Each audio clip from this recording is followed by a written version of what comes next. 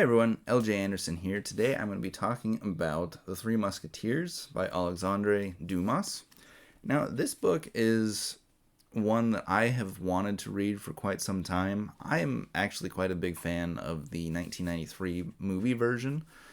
And I figured if I liked the movie so much, I would probably like the book as much or more, which is actually interesting because it wasn't the case.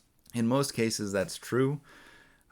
This was a case where that maybe wasn't true, at least for me, and I want to talk a little bit about that later. But to begin with, I wanted to talk about this book and just generally what it is and how good it is, and how much I liked it, not necessarily how good it is. Some of the things I liked and disliked, and I'll even talk a little bit about some theology, but I'm not going to do my usual engage with the theology and or philosophy in this book. The first thing to know about this book is that it is really a romance that has action, and it is based in 1625, but it was written in the 1800s, and that was the first thing that I found to be difficult for the book. Was I had a hard time getting into it. I had to get used to how the author and the translator were using different language, different ways of saying things, and just generally getting used to an older book, which is something I don't read a ton of. I am starting to read more older books, or the classics, I guess. But this is one that I struggled to get into a little bit, but the more I read, the more I got into it, and I actually did really enjoy it. But it's probably not a book that I see myself reading again, which is weird for me because I have watched the movie quite a few times, and I really quite enjoy the movie. So take that as you will, I guess. So one of the big things that I disliked about this book is that it's a romance book. It's what it's meant to be. But the way that romance is treated in here is very superficial. And I think the author was fairly intentionally doing that, where the old way of life was seen as just, oh yeah, love was just sex and that's about it. Let me clarify real quick. This book does not really show any sex scenes. It doesn't. It's not raunchy at all. But love is treated as, well, sex is implied in quite a few passages. But it really just treats marriage and sex and love relationships as being just really an emotion. Throughout the book, we see different characters falling in love, and it's like, oh, I saw this gorgeous woman, now I'm in love with her. No, you're not. You're infatuated with her or something like that, but you're not in love with her. But that's just how it's treated. There's this concept of love that's really frivolous, and it bothers me. But also, like, I don't read romance novels, so, well, obviously I do, because this is a romance novel, but I don't read them and typically enjoy them. All that to say, I did not find this book to have a good representation of love, of marriage, of sex, any of those things. I just thought that the author, Dumas, was rather flippant with it. And that might have been intentional, and that's fine. If that is like, oh yeah, back in 1625 everyone was promiscuous and everyone was doing all this stuff. Okay, whatever. That's kind of what he was trying to get at, it seems like, but I just didn't enjoy it. As far as the theology goes, there's actually a surprising amount of theology, which makes sense in that this is a older book, and as such, pretty much everybody was a believer of some sort in God. And it's written about a time when that was almost certainly true, that everyone was a believer of God in some sort.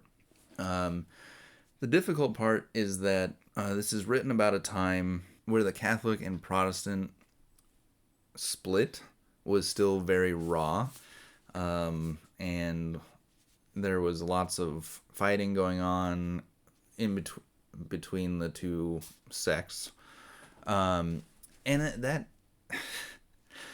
was an interesting thing for me, and that's one of the reasons why I'm not going to engage too deeply in this, is that I enjoyed it just more for the historical, like, oh, we're Catholics, we hate all the Protestants, or oh, we're Protestants, we hate all the Catholics, or you guys are all heretics and we're the true faith.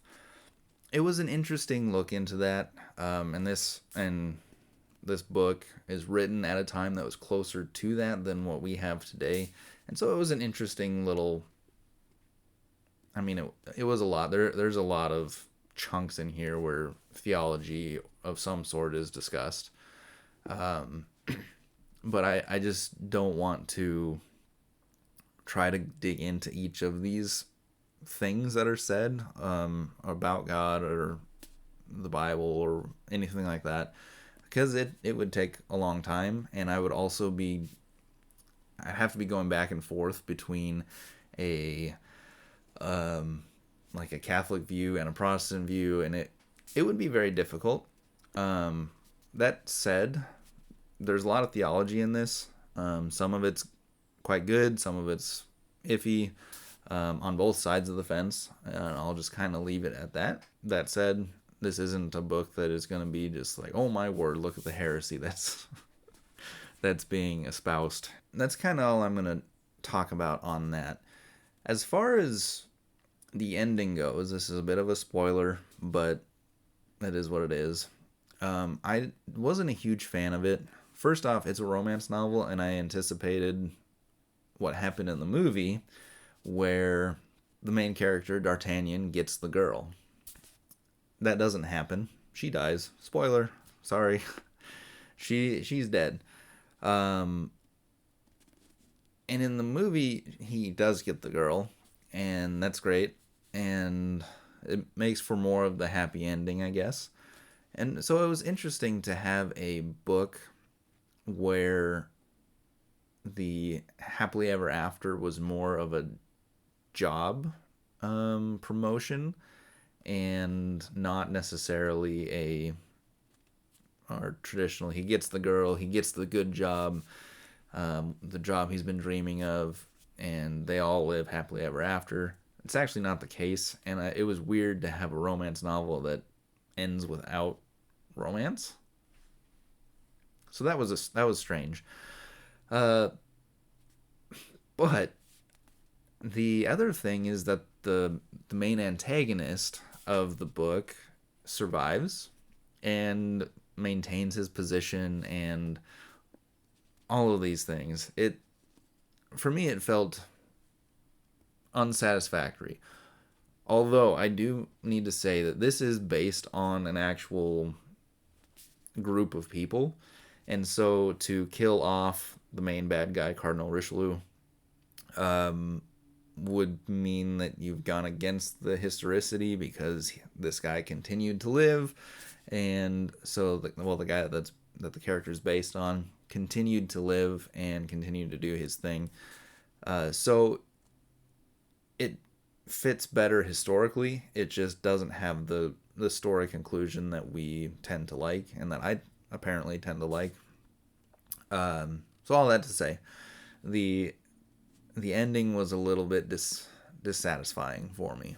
I guess my overall view of this is that I enjoyed the book, but I will probably stick to watching the movie on this one, as weird as that sounds. I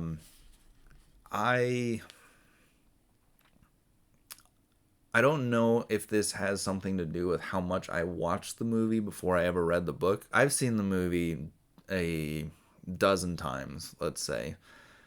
And so I got used to its pacing. I got used to its storyline. And though there's a lot of similarities, there are some really big differences. And for me, I enjoyed the movie better. And partially, I think this is due to the movie being a action adventure movie with romance subplots, whereas the book is a romance novel with action and adventure subplots. So for me, the movie is just better in that sense because it's more my style of thing. But I will say I enjoyed the book, and there were certain scenes in the book that I found way better than in the movie. Even scenes that I adore in the movie were. There was one scene that was just amazing in the book, and I loved the scene in the movie. But overall, I mean, it's a good book. I do recommend reading it, and I would probably give it 4 or 5 stars. I It's a good book. I have issues with how love is portrayed, but there's not much I can do about that. And I do enjoy the movie better, but for what it is, for a romance novel that has the action adventure subplots, that's a historical classic. It's a great book. I just personally don't see myself reading it again. So I guess take that as you will. If it was just a out of 5 stars or 10 stars for my personal preference, I mean, I'd probably give it a 3 star out of 5, not out of 10. But that's just because it's not really my type of book. And so, yeah, I mean, I would probably give it 2 different ratings. One of just like, no, it is a really good book, but I didn't really like it. So take that as you will, I guess.